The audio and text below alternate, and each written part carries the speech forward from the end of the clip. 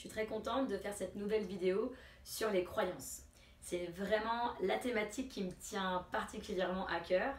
C'est vraiment la thématique avec laquelle j'ai énormément travaillé sur moi et aussi avec les personnes que j'accompagne jusqu'à aujourd'hui. Donc qu'est-ce que les croyances? Déjà, les croyances, ce sont un peu les convictions que l'on a, les fameuses certitudes. Et ces croyances, ces certitudes sont fabriquées de notre naissance jusqu'au dernier jour de notre vie. À travers l'éducation parentale et scolaire, à travers la culture que l'on reçoit et à travers les différentes expériences qu'on peut vivre. C'est un peu comme si lorsqu'on va naître, on va avoir une paire de lunettes toute transparente avec laquelle on va voir le monde. Et au fur et à mesure du temps, il va y avoir des filtres qui vont se mettre par-dessus notre paire de lunettes. Et ce sont ces filtres qui sont du coup ces fameuses croyances. Et il existe deux types de croyances. On a des croyances plutôt aidantes. Elles nous aident tout simplement. J'ai de la chance, j'ai confiance en moi, je sais que quoi qu'il arrive, ça va être du positif, je sais que je suis intelligent, intelligente, que j'ai des amis sur qui je peux compter, je sais plein de choses. Ok? Croyance aidante. Un exemple, j'ai la croyance, je l'ai vendu avant, j'ai la croyance avoir de la chance, donc j'ai cette croyance, j'ai de la chance, du coup j'ai un filtre devant mes yeux, j'ai de la chance, donc je vois de la chance tout autour de moi. Donc si là, je tombe dans l'escalier et que je me casse la jambe, j'ai de la chance, je ne suis pas défigurée. Ou alors j'ai de la chance, j'ai une deuxième jambe. Je vois de la chance quoi qu'il arrive.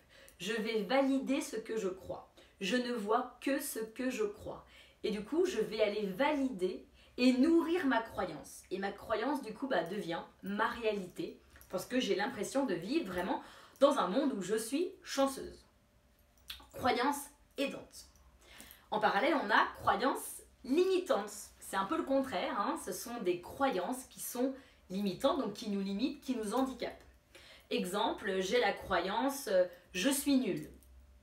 Si je crois que je suis nulle, tout ce que je vais faire, je vais soit remarquer, parce que j'ai mon filtre devant ma paire de lunettes, soit je vais voir que ce que j'ai loupé ou que ce que je n'ai pas réussi à faire comme j'aurais aimé, ou alors tout ce que je réussis, je vais trouver une excuse pour ne pas dire que ça vient de mes propres capacités. Exemple, je suis nulle, j'ai réussi à avoir mon bac, et je vais dire que c'est le sujet qui était facile. Ou alors que c'était le correcteur qui était sympa. Mais c'est pas moi qui a réussi parce que je crois que je suis nulle. Donc je cherche toujours à valider ma croyance. Je cherche à valider que je suis nulle quoi qu'il arrive autour de moi.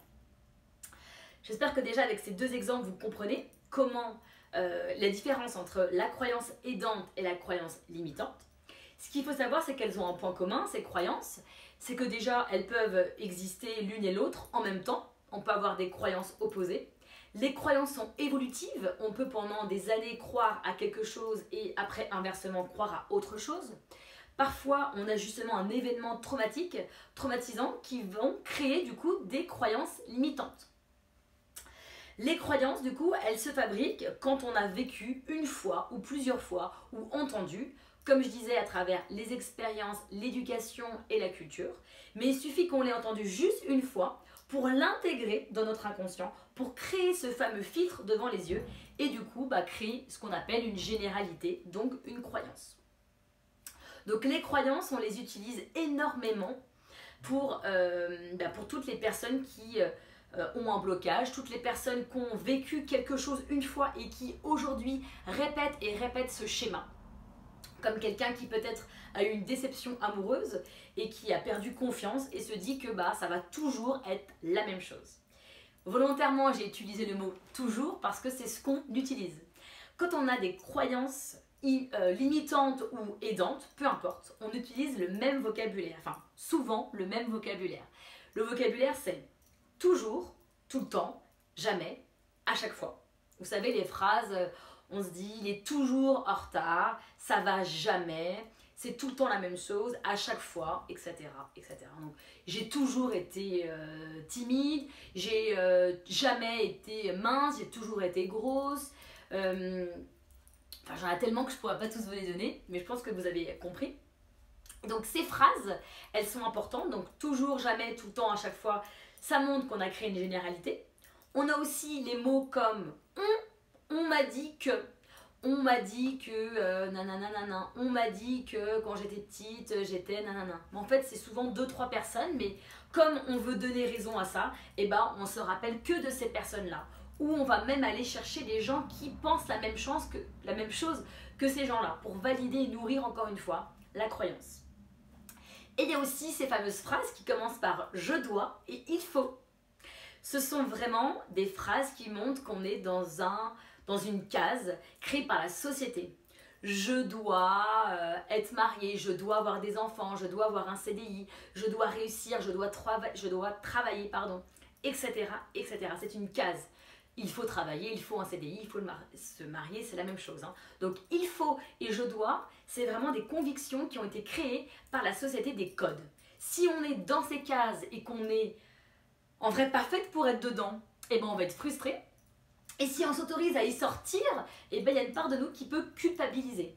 D'où l'importance d'aller supprimer, nettoyer, casser, j'ai pas d'autres mots, d'autres verbes, mais pour aller foutre en l'air, désolé de l'expression, mais ces putains de croyances qui nous limitent, qui nous empêchent du coup d'être nous-mêmes, qui nous empêchent d'aller là où on a envie d'être, de faire, etc. etc. Je sais pas si vous en avez entendu parler, mais il n'y a pas longtemps, il y a quelques années quand même, il y a une expérience qui a été faite sur justement les croyances limitantes. Ils ont pris un groupe de personnes cancéreuses, 60 personnes je crois, peu importe, ça ne change pas les résultats. Il y a eu 2 groupes du coup séparés, un groupe qui a bénéficié de la chimiothérapie, un groupe qui ne bénéficie pas de la chimiothérapie mais qui bénéficie, c'est dur à dire ce mot, du sérum physiologique, donc c'est juste de l'eau et du sel. Et les médecins se sont rendus compte au bout de quelques semaines qu'il y avait exactement le même nombre de personnes qui avaient perdu leurs cheveux. Pourquoi? Simplement, j'ai la croyance dans ma tête que chimio égale perte de cheveux. Je crois que j'ai la chimio, et bah du coup je vais perdre mes cheveux. La croyance devient ma réalité. Ma réalité, c'est que mes cheveux sont vraiment tombés. Un autre exemple aussi qui m'a beaucoup plu, c'est une personne qui a été enfermée dans une chambre froide qui était chaude, qui ne marchait pas, qui n'était pas allumée. Mais cette personne, dans son inconscient, je suis dans une pièce qui est une chambre froide, et bah du coup inconsciemment, je crois qu'il fait froid. En fait, il faisait 18 degrés, mais en y croyant tellement, et bah cette personne, elle est morte de froid. Ce que j'essaie de vous dire, c'est que il y a beaucoup de choses que on a comme symptômes, comme comportements, comme émotions, qui sont, on va dire, animées, qui sont emportées, créées par du coup nos croyances. Donc voilà pour cette vidéo sur les croyances aidantes et limitantes. Si vous avez envie, amusez-vous à noter vos croyances limitantes à travers le vocabulaire dont je vous ai parlé. Écoutez aussi les gens autour de vous, vous allez voir, c'est très drôle d'entendre qu'ils ont des croyances tout comme nous, tout comme chacun, aidantes et limitantes. Et celles qui sont justement bloquées, qui existent aujourd'hui et qui vous bloquent dans dans l'atteinte de certains objectifs, sachez que l'hypnose et sûrement d'autres thérapies peuvent vous aider à supprimer ces croyances limitantes, voire même en installer des nouvelles, des aidantes. Je vous dis à très bientôt.